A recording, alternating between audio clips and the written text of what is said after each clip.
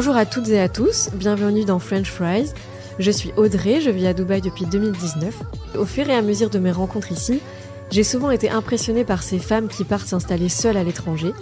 J'ai donc eu envie dans ce podcast de mettre en lumière le parcours professionnel et parfois personnel de ces femmes inspirées et toujours inspirantes. Et si depuis la France ou ailleurs, ne serait-ce qu'une jeune femme, ou moins jeune d'ailleurs, se sent rassurée quant à son envie d'expatriation après nous avoir écoutés, alors mon contrat sera déjà largement rempli. Bienvenue dans French Fries. Bonjour Amélie. Bonjour Audrey. Merci beaucoup d'avoir pris le temps en pleine semaine de venir à mon micro. Je suis très contente de t'avoir parce qu'on va aborder encore un nouvel environnement professionnel dont je n'ai pas encore parlé. Et bonne année, j'oublie toujours de commencer par ça. Merci, bonne année à toi J'espère aussi. Que tu as passé des belles fêtes. Ouais, très sympa en France. On est rentré du froid, ça fait du bien d'être à Dubaï. Ça fait du bien d'être au soleil, je suis d'accord avec toi. Exactement. Est-ce que pour commencer, tu pourrais nous dire donc ton âge, si ça ne te dérange pas, je sais qu'il y en a qui n'aiment pas, ton âge, d'où tu viens en France et depuis combien de temps tu es à Dubaï, s'il te plaît? Oui, donc moi j'ai 43 ans. Et je viens de Niort, dans les Deux-Sèvres, La Rochelle. Une très belle petite ville, si Exactement. je peux me permettre. Même si je crois que c'est Welbeck qui a dit que c'était la ville la plus moche de France. Oh, mais il ne dit pas que des... Non, on ne va pas l'écouter. Et ça fait 6 ans et demi maintenant que je suis à Dubaï. Ok, 6 ans et demi. Et est-ce que tu as toujours le même poste pour lequel tu es arrivée il y a 6 ans et demi ? Non, donc je suis arrivée à l'époque, je travaillais chez Accor. Ok. Et donc j'ai commencé à Paris, puis j'étais partie après 2 ans au siège à Paris, je suis partie au Maroc. D'accord. Pour prendre un poste au Maroc. C'est toi qui avais demandé de faire une expat ? Oui, c'est moi c'était ta volonté. C'était ma volonté. En fait, j'étais rentrée chez Accor pour pouvoir voyager. C'était vraiment mon objectif, c'était de m'expatrier. Et donc, du coup, voilà, après 2 ans au Maroc, ils m'ont proposé, où je m'occupais de l'Afrique, ils m'ont proposé un rôle sur Dubaï, où je m'occupais de l'Afrique et du Moyen-Orient pour le programme de fidélité. Ok. Et tu étais dans quelle ville au Maroc ? J'étais à Casablanca. Pareil pour Dubaï, est-ce que c'est toi qui as demandé une mutation interne ? Alors, c'était pas vraiment un choix à l'époque, mais finalement, j'étais assez contente parce que le Maroc, quand je suis arrivée à Casablanca, je me suis dit, 2 ans, je pense que je vais pas faire beaucoup plus. J'ai pas trop accroché avec la ville, même si ça s'est très bien passé. Ah oui, j'en garde un très bon souvenir. C'était pas forcément le côté pro, c'était plus le côté perso. C'était plus le côté perso, où je me sentais pas hyper bien à Casablanca. D'accord. Heureusement, j'avais des collègues hyper sympas et ça se passait hyper bien au taf. Je sortais avec mes collègues, déjà etc. Quelque chose de bien, mais... C'était cool, donc j'étais pas malheureuse à Casablanca, mais je sentais que c'était pas la ville où j'allais m'épanouir personnellement. Ouais, c'est déjà bien, je trouve, d'avoir ce recul, de se dire, ok, je prends ce qu'il y a à apprendre, mais c'est pas là où j'ai envie d'être dans 10 ans, quoi. Et Exactement. Juste, petit retour en arrière, avant de trouver un poste chez Accor à Paris, c'est ça ? Ouais. Tu as fait toutes tes études à Niort ou est-ce que tu avais déjà bougé un peu en France ? Alors, j'avais déjà pas mal bougé. J'ai eu la bougeotte très jeune. Ok. Donc, l'anecdote, c'est pour mes 14 ans. Mon père m'a demandé si je voulais un scooter comme mon grand frère. À 14 ans, mon grand frère avait eu un scooter, donc j'avais le droit aussi un scooter à 14 ans. On habitait à la campagne en plus de Niort. Et je lui ai dit non, ça ne m'intéresse pas d'avoir un scooter. Je préfère faire un voyage. Ah oui, à 14 ans. Et donc, à 14 ans, j'étais partie en colo l'été, 3 semaines. Donc, toute seule. Enfin, je veux dire, sans tes frères et sœurs. Sans copine, sans mes frères et sœurs. Et déjà, depuis toute petite, j'avais ce goût-là de voyager et chouette. De partir voyager, découvrir le monde. Donc l'expatriation, ça commence bien. L'expatriation en solo, c'est jamais quelque chose qui t'a fait peur. Non. Ok. J'ai toujours eu cette envie-là. Quand j'ai fini mon lycée à Niort, je voulais surtout pas aller à l'université à La Rochelle ou à Poitiers avec tous mes copains. Je voulais aller plus loin. Je veux bouger. Donc, j'étais à Tours. Après, j'ai fait mon école de commerce à Rouen. Ok. Et pendant mon école de commerce à Rouen, j'ai passé 6 mois au Mexique. Ah oui, donc tu avais déjà fait un gros voyage. Ok. Ouais. Donc là, j'étais partie avec des copains d'école. Oui, mais bon, c'est quand même... C'était un peu si la jeune, première... c'est un gros voyage quand même. Ok. Donc 6 mois d'études au Mexique. Et quand j'ai eu mon diplôme, je voulais voyager. Je voulais partir, c'était le truc. Je ne voulais pas rester en France, trouver un boulot à Paris, ça ne m'intéressait pas. Et donc à l'époque, j'ai fait un VIE, volontariat international en entreprise, pour Air France. Et je suis partie au Sénégal, à Dakar. Ah, d'accord. Donc ça, c'était avant le Maroc. C'était avant le Maroc. D'accord. Donc ça, c'était juste après mes études. C'était ma première expérience professionnelle. Je suis partie au Sénégal. Combien de temps, du coup ? Je suis restée 2 ans. 2 ans, ok. C'était un VIE de 2 ans. Et c'était pas pour Accor, là, du coup ? Non, c'était pour Air France Cargo. D'accord, ok. La partie cargo d'Air France, et on s'occupait de l'Afrique de l'Ouest. Et c'était un poste en qualité et marketing. Ok. Et c'était, c'est une super expérience. Ouais, J'en garde un super souvenir. J'ai découvert l'Afrique. Trop chouette. Et voilà, c'est vrai que je suis un peu tombée aussi un peu amoureuse de ce continent. Je trouve que c'est vraiment un continent magnifique. Et donc, ça a eu 2 années super, mais voilà, c'était un contrat de 2 ans. En VIE, tu ne peux pas étendre éternellement. Tu aurais pu te faire embaucher après Donc, sur place, non, c'était difficile. Ils ne recrutaient pas vraiment d'expats, ou en tout cas, ça aurait été vraiment avec des salaires ça ne correspondait pas forcément à ce que tu recherchais à ce moment-là. Donc, et puis, c'était 2008, je crois que j'ai arrêté mon VIE. Et c'était la grosse crise financière. Le pétrole était hyper cher. Et Air France aussi, du coup, ne recrutait pas à cette époque-là beaucoup. Ouais, donc le contexte faisait que c'était pas forcément le bon moment. Donc, je suis rentrée en France à ce moment-là, fin 2008. Et donc, j'ai été sur le marché de l'emploi, cherché un boulot. J'étais un peu au chômage quelque temps. Et puis, j'ai trouvé un job. Donc, avant Accor, je travaillais pour une société qui gère des parcours de golf. Parce que le golf est ma grande passion. Oui, on allait venir plus tard, mais oui, je sais que tu es une grande passionnée de golf. Ouais, j'ai eu la chance de trouver un poste chez une société qui gère des parcours de golf. Donc, on a une 50aine de parcours de golf en France. En France, ok. Et donc, moi, je faisais toute la partie communication et marketing. Ah oui, donc ça restait en plus dans ton corps de métier. Trop exactement. Chouette. Donc, une belle expérience aussi, au cœur de ma passion. J'ai beaucoup appris, commencé à manager mes premières équipes, etc. Donc, c'était vraiment une super expérience. Mais rapidement, j'ai eu envie de repartir. D'accord. J'étais en France et là, je me disais, non, mais en fait, je n'ai pas envie de rester à Paris. Il faut que je reparte. Et c'est à ce moment-là, je me suis dit, je pense que le bon plan, c'est peut-être de rentrer chez Accor.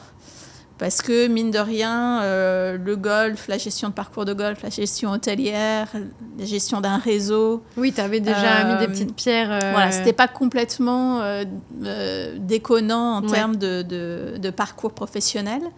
Et puis voilà, ça a fonctionné. Trop bien. Donc, tu as fait une candidature spontanée ou tu as Non, répondu je répondais à des offres? Ça a mis du temps, parce que je crois que j'ai eu le premier entretien... Et puis, ça n'a pas fonctionné. Ils ont pris quelqu'un en interne. D'accord. Et ils m'ont rappelé pour un autre poste. La même personne, ça avait bien fité quand même en entretien avec elle. C'est la personne qui m'a recrutée. Et elle m'a rappelé peut-être 8-9 mois plus tard. Ah oui, donc des fois, restez patient. Il faut être patient. Ça peut marcher. Ça marche. Ok. Et donc voilà, donc je suis rentrée chez Accor au programme de fidélité. Ok. Donc là, tu savais qu'en restant dans le même groupe, tu aurais des possibilités d'expatriation. Ouais. Ok. Et ça s'est bien goupillé. J'ai eu vraiment de la chance parce que le programme de fidélité, donc on essayait de délocaliser le programme au maximum. Ok. Donc moi, dans mon rôle, quand je suis arrivée, j'aidais les régions à monter en compétences, à monter en puissance sur le programme de fidélité. Okay. Et donc, j'étais beaucoup en contact déjà avec les régions. Donc, il y avait déjà un côté international qui me plaisait beaucoup. Et j'ai eu la première vue sur ce qui se passait dans les régions. Donc, quand le poste en Afrique s'est libéré, j'étais, entre guillemets, un peu la première à le savoir. Et donc, j'ai dit, Et là, tu t'es dit, c'est peut-être pour moi.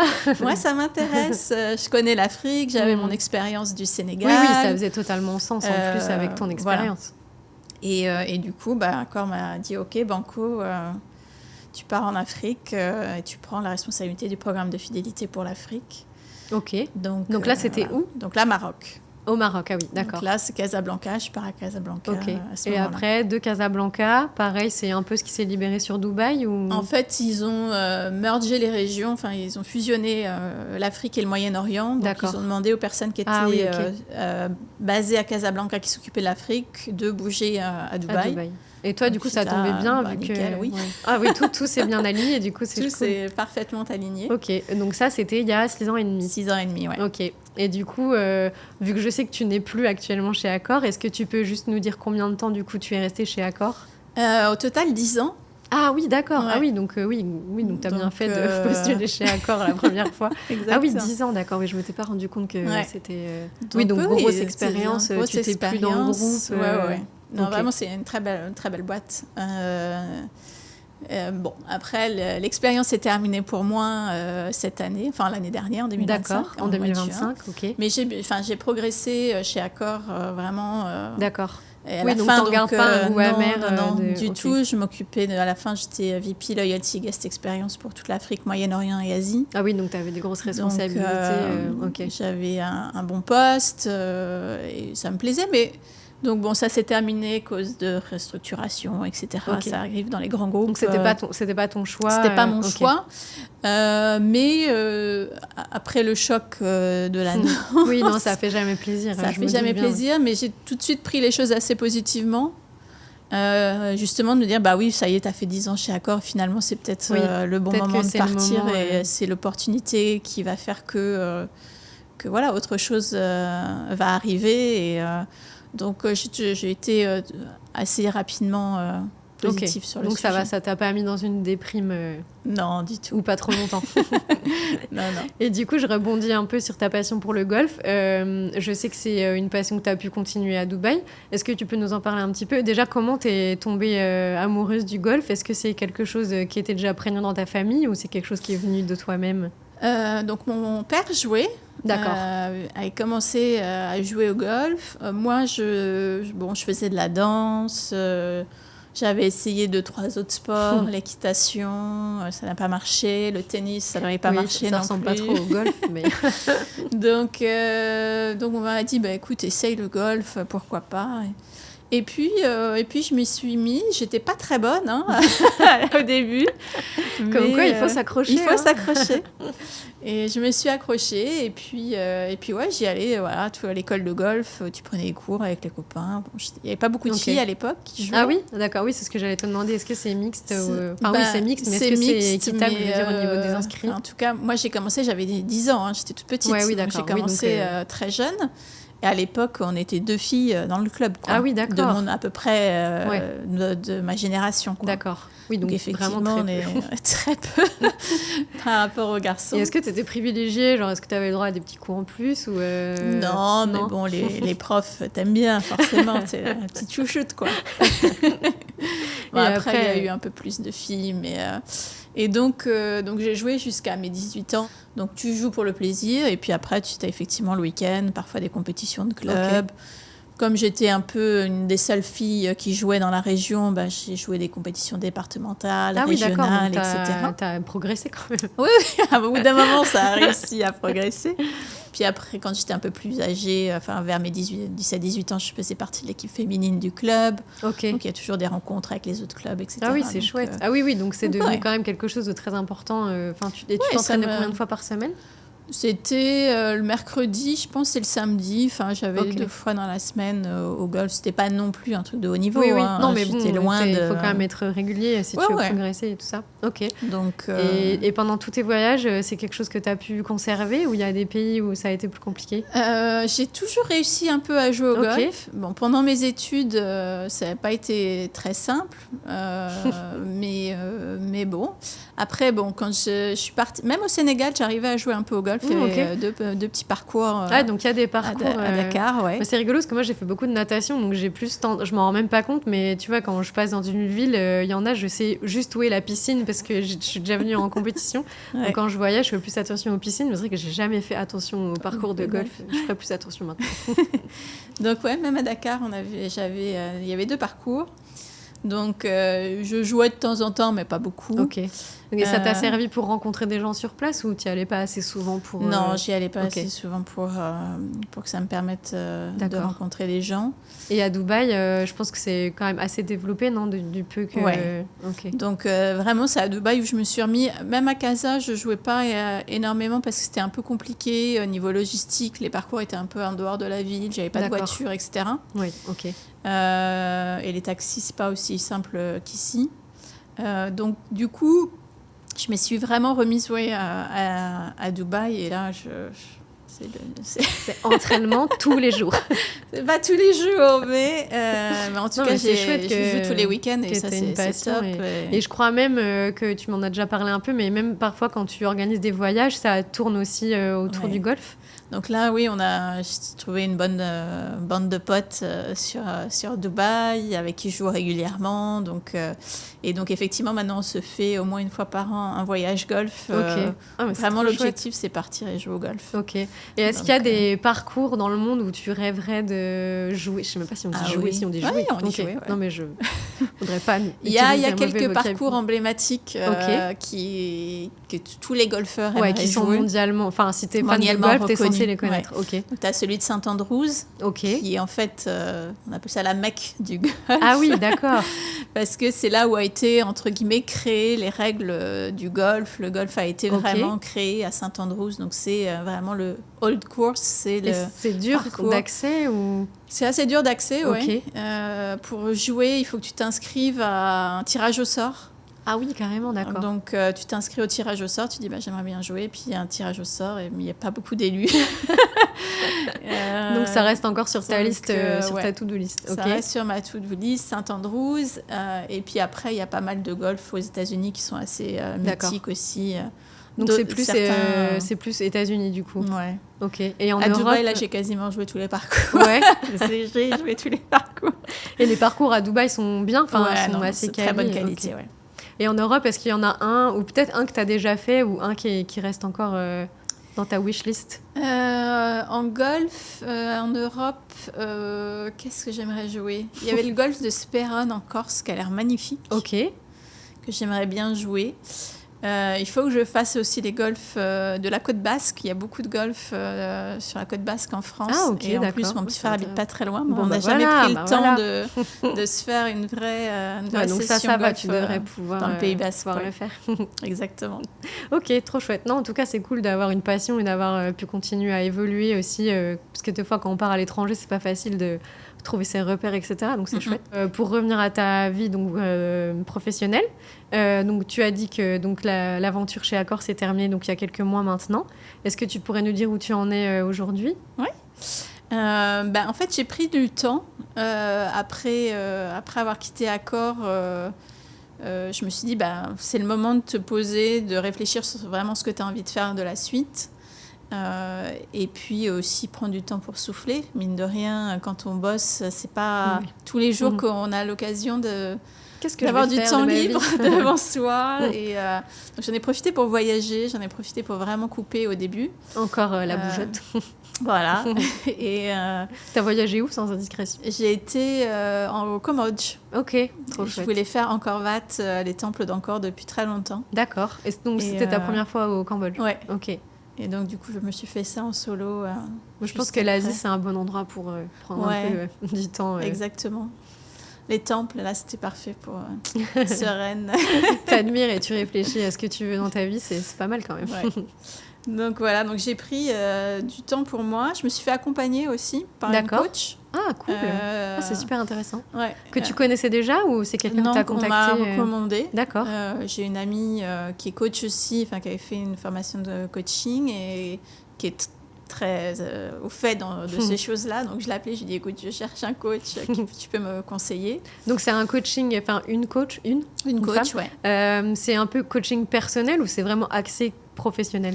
Enfin, c'est peut-être lié, en fait. En fait, c'est assez lié. Elle a une approche assez scientifique. Je ne suis pas non plus quelqu'un de très spirituel ou ésotérique, donc j'ai besoin de quelque chose d'assez rationnel. Donc, elle se base vraiment sur de la science et des choses qui ont été prouvées, etc. D'accord. Mais on a travaillé beaucoup sur les émotions, donc il y avait une partie effectivement très personnelle. Ah, c'est chouette. Sur l'intelligence émotionnelle, les émotions, comment on gère nos émotions, etc.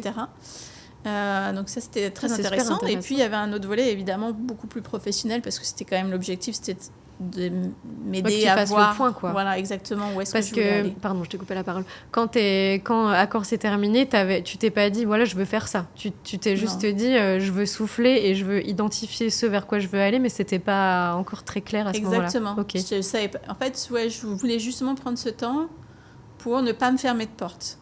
Ah oui, d'accord, je vois. Vraiment être et quelqu'un qui m'accompagne, parce que souvent le réflexe qu'on a, c'est de se dire non, mais je sais faire ça, je vais faire ça. Oui, tu repostules un peu dans ce que tu faisais, etc. Et de toi-même, tu vas te mettre des freins ou des barrières. Oui, bien sûr. Parce que c'est des choses que tu connais pas, ou tu as le syndrome de l'imposteur, où tu te dis non, mais pourquoi moi j'y arriverais, etc. Quand c'est des choses un peu nouvelles. Donc le coaching m'a beaucoup aidée sur cette partie-là aussi, de me dire non, il y a 0 porte fermée, tout est possible. C'est trop bien. Et donc vraiment se laisser l'opportunité d'explorer toutes les pistes et de voir vers quoi j'avais envie déjà, de quoi j'avais envie naturellement, ou vers quoi je m'orientais, etc. D'accord. Et du coup, qu'est-ce que ça t'a permis de... Quelles sont les conclusions? Les conclusions. Enfin, c'est peut-être encore en cours, en fait, je te dis les conclusions. Non, en fait, ça a pris un peu de temps, mais j'ai réussi. Enfin, en fait, je me suis dit que j'avais envie de tester, de me mettre à mon compte, de me lancer dans ma propre aventure. Ok. Et que c'était le moment. J'ai la chance d'avoir un Golden Visa à Dubaï. D'accord. Parce que la question aussi s'est posée, est-ce que je rentre ou est-ce que je ne rentre pas? Mais j'aime tellement ma vie à Dubaï que voilà, j'avais pas forcément envie de rentrer. C'était pas une option de... Ok. Et j'avais la chance d'avoir mon Golden Visa. Oui, du coup, tu n'as pas la pression. C'est vrai que je t'ai pas posé la question, mais tu n'avais pas la pression de te dire, il me reste 3 mois. Exactement, pour retrouver un visa. Et puis, financièrement, je suis partie avec un petit chèque de chèque. Merci, d'accord. Donc, du coup, ça me laissait aussi le temps de voir venir. Oui, mais c'est sûr que ça te laisse un peu plus de liberté. Si tu n'as pas le stress du visa et que tu n'as pas de stress financier, en tout cas imminent, c'est vrai que tu peux un petit peu plus prendre le temps de faire le bilan. J'ai pris ce temps-là et que je me dis, c'est le moment de se lancer. Donc là, j'explore 2 pistes pour le moment. Donc il y en a une qui est partie un peu consulting, donc qui est vraiment réutiliser mes compétences en fidélité, en expérience client, et proposer mes services à des sociétés pour les accompagner sur ces sujets-là. Ok. Quand tu dis des sociétés, ça peut être n'importe ça peut être quel statut ou des hôtels ou... ça peut être des hôtels plus sur la partie expérience client, donc je peux les aider sur mettre en place une stratégie, s'assurer qu'ils analysent bien les reviews qu'ils peuvent recevoir. Donc c'est des missions ponctuelles. Quand tu dis consulting, ils ont une mission précise et tu... c'est chouette. J'interviens ponctuellement sur des sujets précis, sur des projets. Puis en plus, là, je suppose que ton réseau, vu que tu es resté quand même 10 ans chez Accor, peut t'aider grandement. Exactement. Donc, comme effectivement, mon premier cercle de réseau, c'est les hôtels et l'hôtellerie, donc je vais commencer par ça. Mais il y a aussi des petites pistes autour Oui, tu ne te fermes pas au monde de l'hôtellerie. Sur les programmes de fidélité. Parce que là, c'est plus effectivement... Les hôtels, soit ils sont rattachés à un gros groupe qui a un programme de fidélité, soit ça peut être des hôtels indépendants, mais bon. Les programmes de fidélité, je vais plus m'adresser à peut-être des sociétés, des petites SMI ou des nouvelles sociétés qui veulent lancer leur programme en interne. Ok. C'est intéressant. Donc ça, c'est une piste que j'explore, que j'ai commencé. Ok, donc là, tu as créé ton statut d'indépendante à Dubaï et tu peux commencer les missions de consulting. J'ai mon work permit freelance. D'accord. Donc, ça me permet de facturer Ok. Et là, du coup, c'est clients. toi qui démarches un peu. Ok. Donc, mais bon, je trouve que ça se fait assez naturellement pour l'instant. Je touche du bois, il va falloir un moment que je démarche. Mais pour l'instant, il y a toujours eu des petites... C'est encourageant quand même. Tu network, les gens... Oui, bien sûr. Il y a vraiment, j'ai trouvé aussi une entraide assez... surprenante, pas surprenante, mais vraiment agréable à Dubaï, c'est que les gens vraiment facilement t'ouvrent un peu leur carnet d'adresses, disent mais tu fais ça, attends, tu devrais rencontrer telle personne. C'est rigolo que tu dis ça parce que c'est quelque chose qui revient, je crois, dans peut-être pas les 9 podcasts que j'ai déjà fait, mais la majorité, que quand tu as un projet ou quand tu parles de tes projets, c'est vrai que ici, c'est quand les gens sont assez supportifs et aidants. Donc c'est chouette. Donc ça t'a permis de t'ouvrir quelques portes pour commencer certaines missions. Exactement. Et du coup, ton deuxième... Et t'as un projet en parallèle, c'est ça? Exactement. Donc j'ai un deuxième projet qui est plus de l'entrepreneuriat, où je reviens à ma passion pour le golf. Ok. Parce que il y avait toujours quelque chose qui revenait sur... Parce qu'elle est toujours là. toujours là, la passion du golf. Et donc je me dis, qu'est-ce que je peux faire dans le milieu du golf ? Et en fait, je me suis rendu compte que moi, en tant que golfeuse, j'avais du mal à trouver des habits, des vêtements de golf sympas sur Dubaï. Je ne sais même pas de quels vêtements tu as besoin pour jouer au golf. Parce que j'ai l'image un peu cliché de la petite jupette, mais en fait, je comprends. Oui. Ok, jupe, ou un petit short, un short ou un pantalon. Enfin, tu mets ce que tu veux. Et un polo. Et un polo. Oh, ça, je sais. Généralement un polo. Okay. Mais maintenant, ça évolue aussi vachement. D'accord. Tu vois, les pros, ils jouent avec des sweats à capuche, quoi. Ah oui, d'accord. Ah oui, donc ça évolue un peu, mais on aime bien avoir une petite... T'aimes bien être bien habillé pour aller jouer au golf. Bien habillé pour être au golf. Et du coup, quand tu dis que tu as du mal à trouver ici, c'est qu'il n'y a pas beaucoup de choix, ou est-ce que c'est les matières qui sont pas bonnes ou... Non, en fait, ce qui se passe, c'est que c'est toujours les mêmes marques. En fait, c'est les grosses marques que tu retrouves sur le marché, les Adidas, les Nike, Puma, etc. Donc, les grosses marques ou quelques marques spécialisées dans le golf, mais qui sont très, très importantes. D'accord. Et en fait, il y a plein de petites marques, parce que je me suis rendu compte qu'il y avait plein de petites marques qui existaient, qui se lançaient. D'accord. Justement parce qu'elles trouvent que les grandes marques, ce qu'elles font, ça ne leur ressemble pas, ou elles ont envie de quelque chose d'un peu plus fun, ou plus moderne, etc. Et en fait, du coup, en voyant toutes ces petites marques fleurir, je me suis dit, mais en fait, ce qu'il faut, c'est les regrouper sous un même chapeau, sous une même plateforme, et leur donner un peu plus de visibilité sur nos marchés. Ah, c'est un chouette projet. Donc, t'as pas le projet de créer ta marque. Non. C'est d'utiliser, enfin pas utiliser, mais te servir de ce qui est en train de fleurir à Dubaï et essayer de regrouper pour... Ouais, c'est aussi un bon projet qui avance. Peut-être que tout le monde va être hyper stylé sur les cours de golf grâce à toi. On espère. Surtout grâce aux marques, mais ouais. Et quand tu dis que c'est un peu limité, est-ce que tu remarques aussi pour les vêtements masculins ou il y a une différence entre les vêtements... Il y a une différence. Les femmes, c'est vraiment... Il n'y a rien. Ah ouais ? D'accord. C'est-à-dire que dans un magasin où tu as les 3/4, c'est pour les hommes et un petit quart pour les femmes, quoi. Ah ouais, et puis, ça va être tout le temps les mêmes choses, ou alors des trucs un peu vieillots pour le stéréotype de la mamie qui joue au golf. Ok. Donc, pas forcément... Que les marques, je suppose que c'est toujours des marques mixtes ou il y a des marques exclusivement féminines dans celles que tu as découvertes? Il y en a qui sont exclusivement féminines. D'accord. Donc, il y a aussi cette partie-là. C'est déjà en cours ou c'est un projet que tu as encore dans ta tête ou est-ce que c'est déjà Ça commence avancé petit à petit. J'ai trouvé un associé qui est intéressé par le projet aussi. Donc, voilà, on commence petit à petit. Je commence à monter la plateforme web. Mais bon, les statuts sont pas encore créés. Mais on avance. On suivra ça alors. Merci beaucoup. Ouais. En tout cas, on arrive à la fin de la session. Donc déjà, merci beaucoup. Et surtout, je te souhaite plein de bonheur et de réussite professionnelle pour cette nouvelle année et toutes celles d'après, évidemment. On suivra ça de près en tout cas. Merci beaucoup, Audrey. Merci, à bientôt. À bientôt.